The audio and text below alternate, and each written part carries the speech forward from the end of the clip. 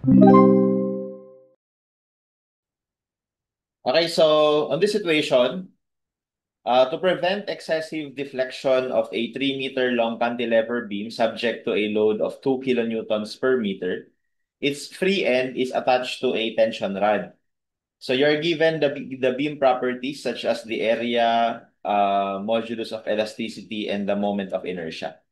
For the first question, what is the maximum deflection before attaching the tension rod? So basically, for the first question, we are only asked what is the deflection when the beam is still a cantilever. Okay? So now, in answering this question, depende, no? If you already know or if you already memorize um, the formula, then that's good, di ba? Masagot mo na kagad diretso. Okay, so for a cantilever beam subject to a uniformly distributed load, W, okay, so the expected deflection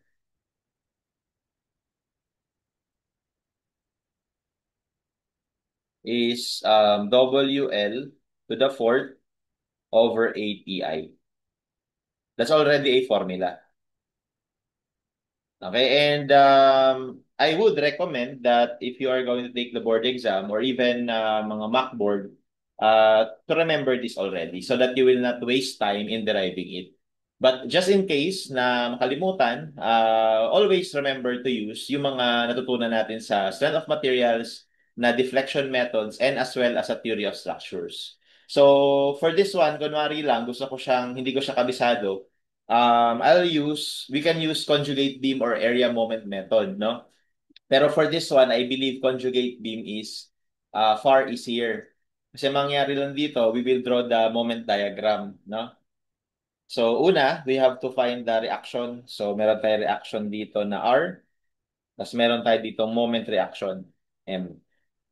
As for the reaction R, that is just W times L pag nag-summation of forces vertical. For moment naman, kapag nag-moment ka dito sa fixed support, that will give you WL times L over 2 or L squared over 2. So yan. Okay? So ngayon, if you are going to draw the shear diagram, ang itsura lang ng shear diagram niyan ay ganito. Aangat ng WL, bababa, tapos ima-minus mo yung WL, sa bababa lang siya ng ganyan. So that is the shear diagram.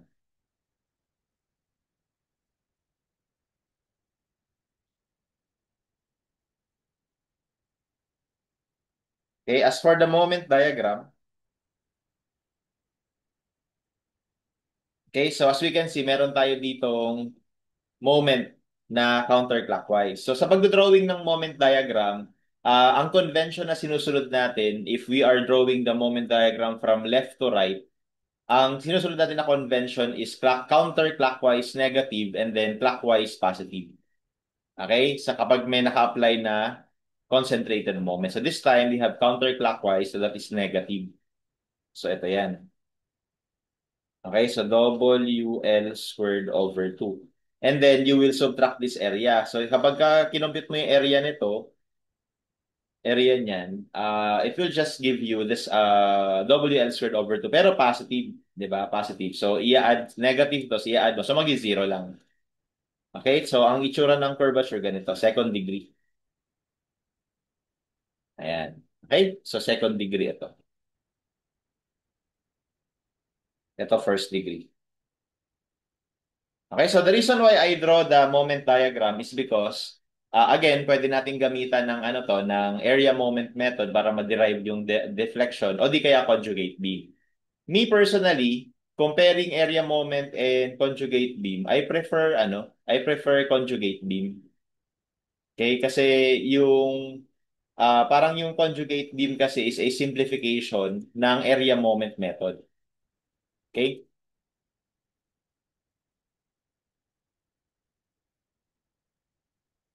Okay, so ang conjugate beam, i-drawing natin. So this is the conjugate beam.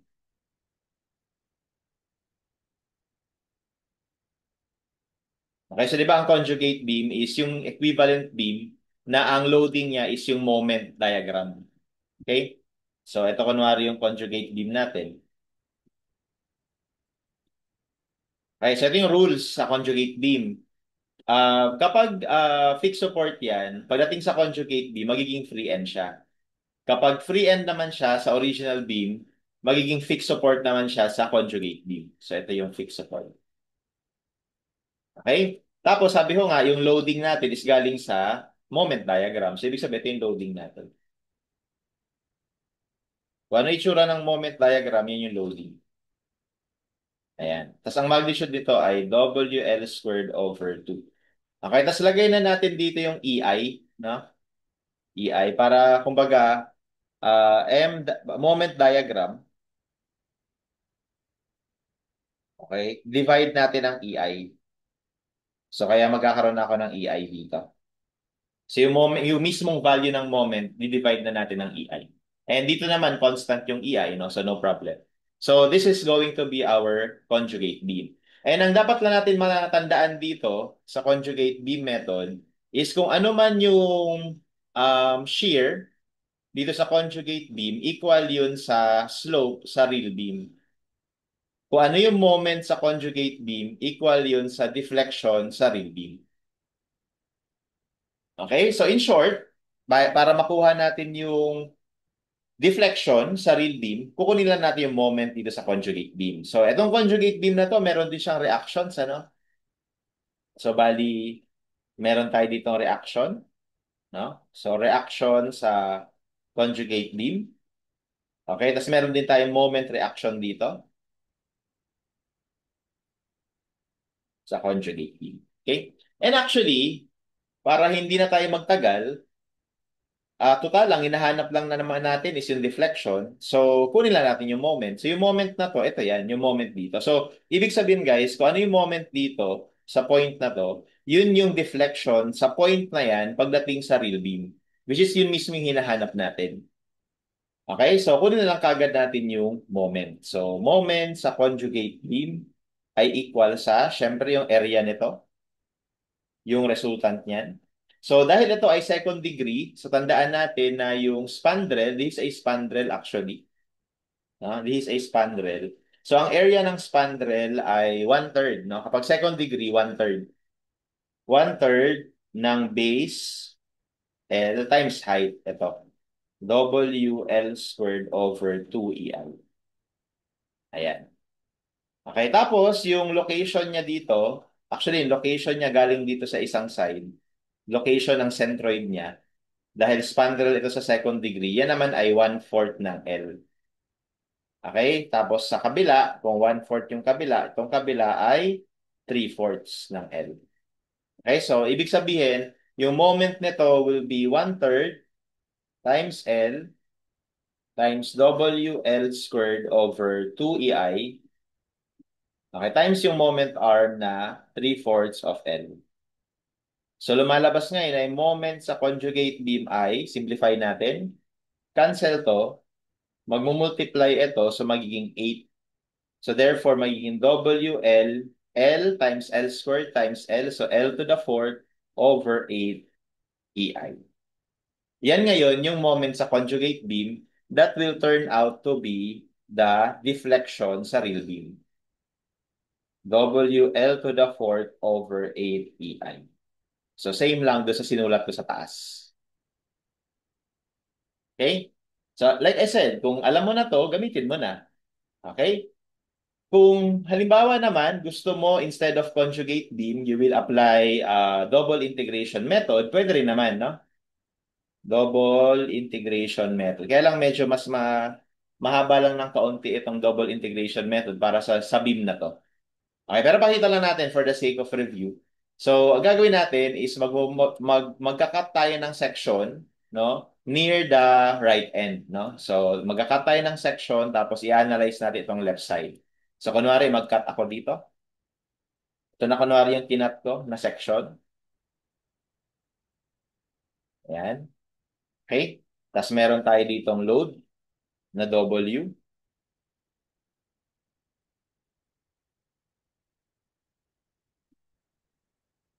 Okay, ito ay distance X. Kunyari nag-cut tayo sa distance X.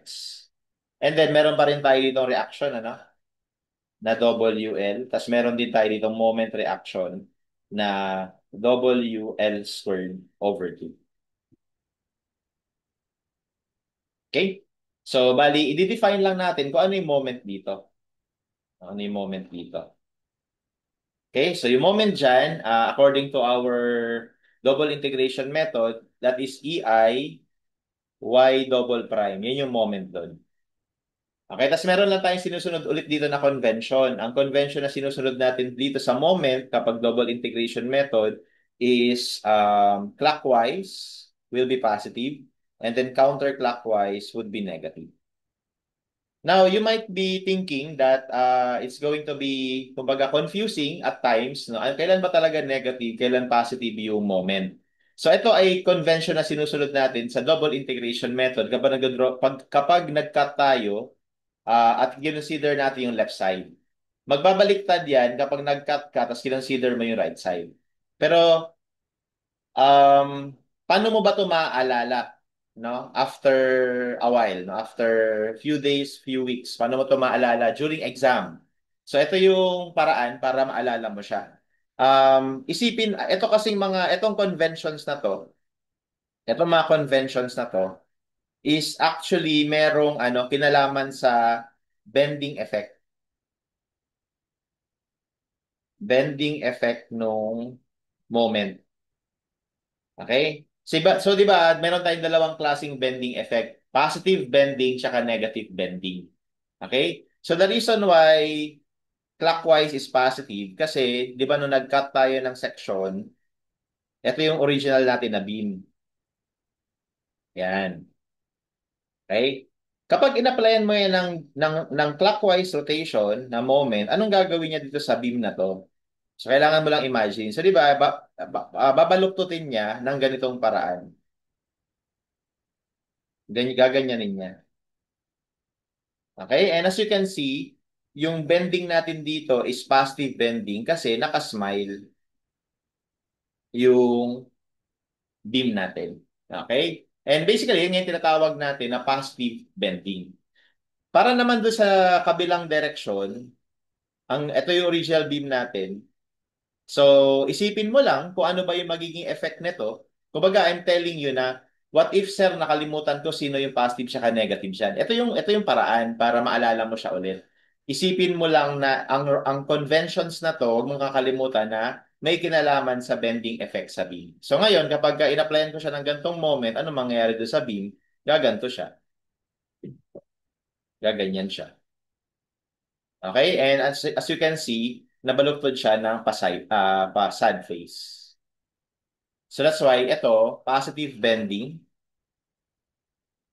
Ito naman ay negative bending.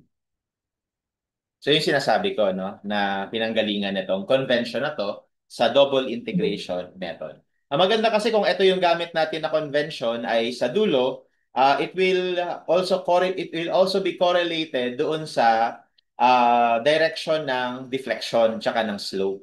So, pagdating kunwari sa deflection, it simply means that positive means ang deflection mo pataas and negative means ang deflection mo pababa. Okay? Sige, gawa na natin ng moment equation to. So, sa baba, we have EI, Y double prime equal. So, ang moment, dito tayo mag-moment ha. Tayo mag-moment. So, unahin ko na yung moment mismo. Ito, WL squared over 2. So, we have WL squared over 2. Wala nang moment arm yan kasi ano yan eh, moment na yan eh. Pero maglalagay ako dito ahead of time ng x raised to 0. Okay, kasi yung location niya, that is just to reflect its location on the beam from the section we are cutting. Okay, pero raised to 0, ibig sabihin 1 lang to. Okay? Next, and then the rotation it produces is negative, no? So lalagyan ko ng negative. And then next, ito naman. So yung resultant niyan is just W times X. Kasi itong distance na to is just X over 2. So therefore, that would give me WX squared over 2. And then the rotation it will produce, okay, the rotation it will produce is um, sad face ulit, no? Gagantuhin niya yung beam eh.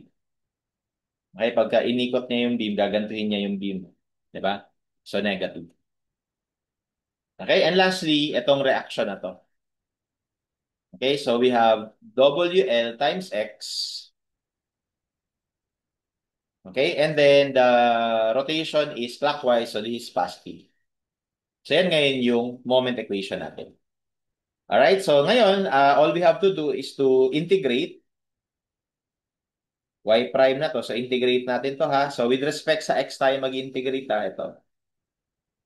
Okay, so we have negative WL squared over 2 times x minus WX cubed over 2 times 3 is 6 plus WL x squared over 2 plus constant of integration. Now, because the beam is fixed, is cantilever and has a fixed support, let's take advantage of that. Alam natin na sa fixed support, dito sa fixed support, ang slope niyan ay 0. So, ibig sabihin, dahil dito nag-umpisa yung x natin, kumbaga ito yung origin natin eh, no? Papunta tayo dun eh. Okay, so ito yung origin natin. So, dito, ang value ng x ay 0. Tapos, ang value din ng slope dyan ay 0. Eh, di ba slope to? Slope yan. Okay, so therefore the boundary condition is at x is equal to 0, the slope is equal to 0 because fixed support siya. Okay, so kapag sinabshoot natin yan dito lahat, ang lalabas lang dyan, yung C1 mo magiging 0.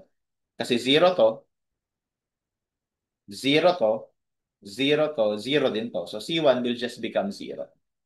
Okay, so therefore our uh, equation will be reduced to this. So, magiging 0 lang yun. So, ito na lang may iwan. Okay, so for the deflection equation, integrate lang natin ng isa pang beses. So, we have negative WL squared, x squared over 4 minus WX to the fourth over 24 plus WLX cubed over 2 times 3, 6 plus another constant. Okay? And here we have to think of another boundary condition that we can use. So ito madali lang. Alam natin na dito sa dulong to, may fixed support dyan. So ibig sabihin, wala dapat deflection dyan. So ibig sabihin, so di ba ito na yung deflection? Deflection na yan eh. So ibig sabihin, 0 yung value niya when x is 0. So that will be our boundary condition. Okay, so therefore, from here, we can say that C2 will be equal to 0. Hence, 0 na ulit to. So, may iwan na lang natin na equation. Ito na lang. Okay, so yan na ngayon yung deflection formula natin sa cantilever beam. Okay, so all that's left to do is to use this para malaman yung deflection sa free end dito sa dulo. So, what is the value of x at the free end? Siyempre, the value is L, di ba? So, at the free end, na lang.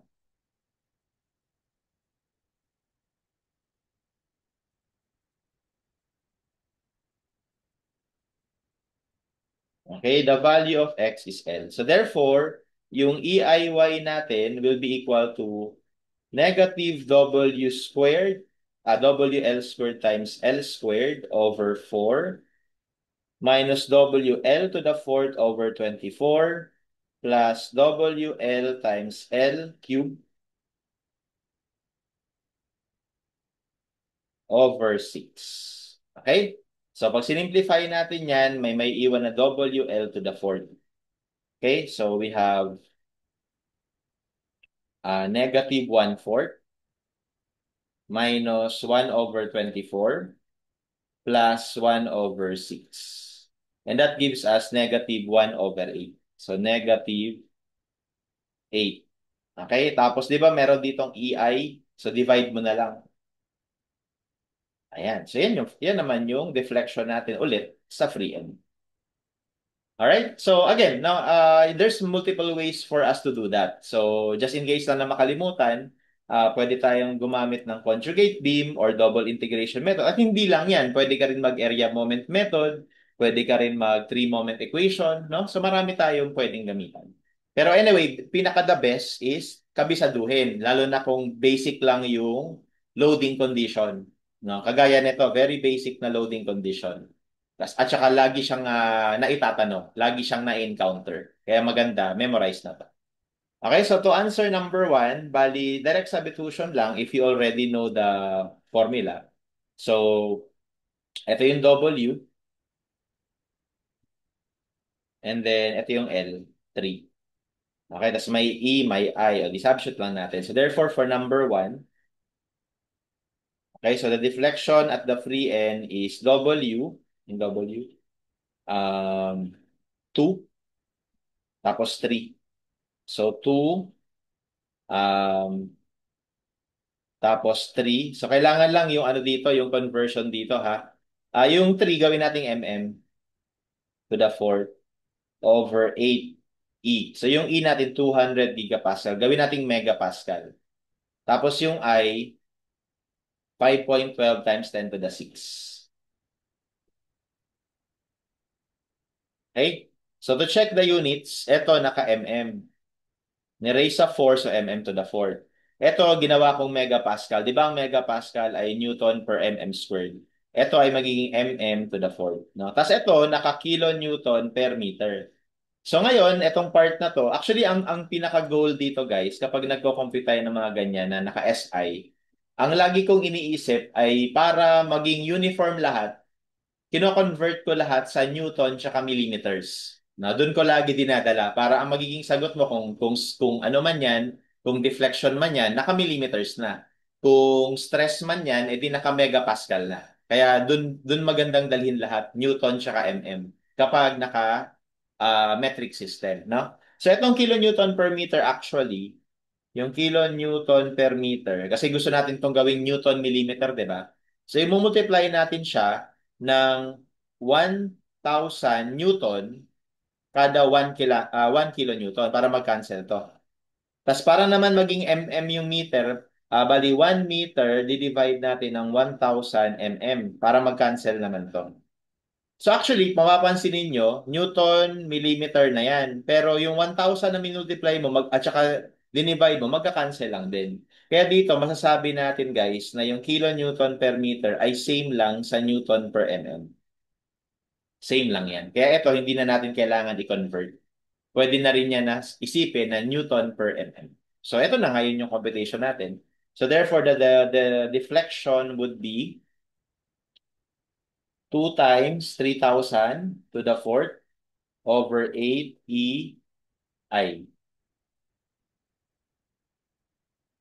Okay, and that gives us 19.78 millimeters. And that would be our answer.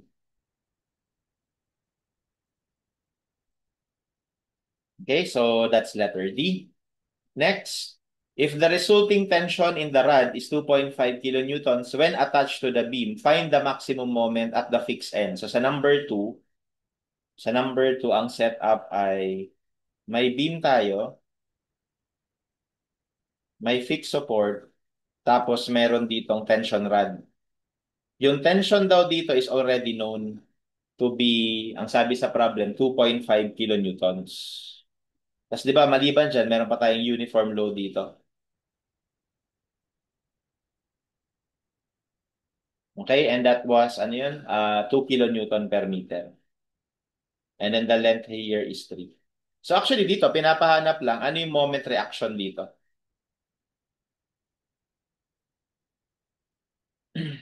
Okay, ano yung moment dyan? So, kasi yun yung tanong, no? What is the moment at the fixed end? Yun yung tanong niya. So, di kunin lang natin, di mag-moment lang pala tayo.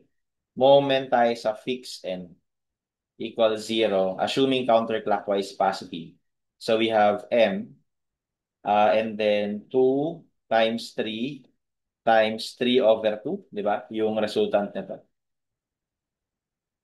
Okay, and then the rotation it will produce is clockwise. So, I'll set that negative. And then yung tension, 2.5.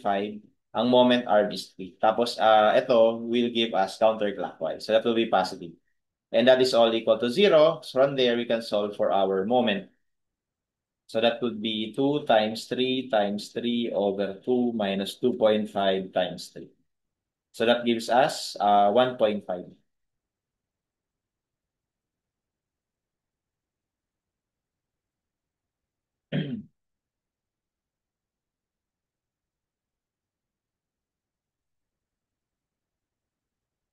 Okay, so next, number 3. So 1.5 yung sagot natin dito.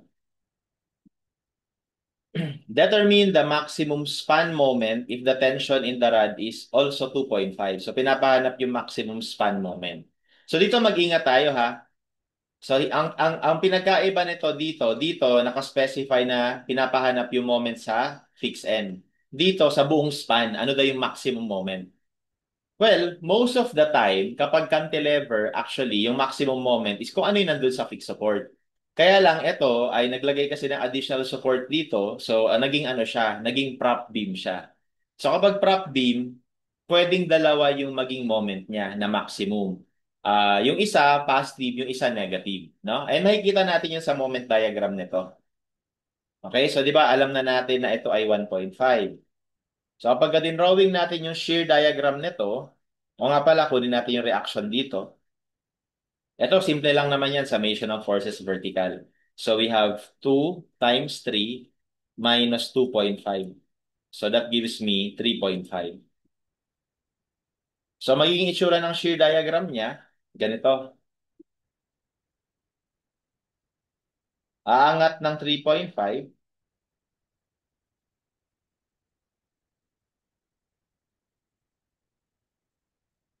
aangat ng 3.5, magma-minus ng 2 times 3. So ano yan? 6. So negative 2.5. So dito yung pupunta. Ayan.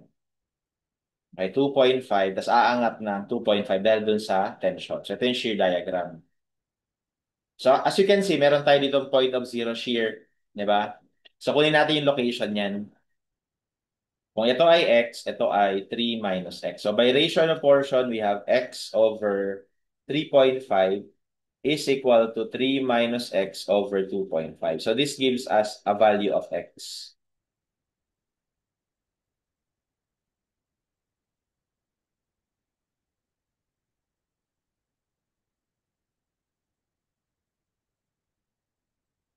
Okay, that gives us 1.75. Okay? So now if you will draw the moment diagram, ang itsura ng ganito. So first of all, dito sa dulo, meron tayong concentrated moment na 1.5. No? Meron siyang concentrated moment na 1.5. So that is counterclockwise, so that is negative. So nandito yan, no? 1.5. And then, ia-add natin itong area na to. To. Okay, so yung area ng shear. So negative 1.5 plus 1 half ng 3.5 times yung x na 1.75. So lalabas na value is 1.5625. Positive.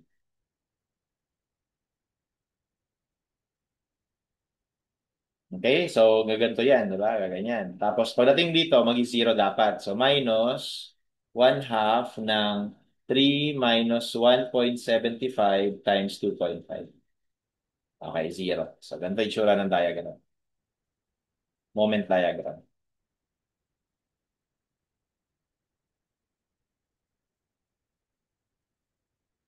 Okay, and apparently, yung maximum span moment ay hindi 1.5, kundi ito. Okay, 1.56 kilonewton meter. So, yun yung sagot natin. Okay, kaya we have to check. We have to check kung alin dyan yung mas malaki. Apparently, mas malaki to dito. Okay, but sometimes, mas malaki to. Kaya, kapag we have to be careful kapag naging prop na siya, ibig sabihin meron siyang support dito. Okay? So, our answer here sa number 3 is 1.56. And that's how we solve this problem.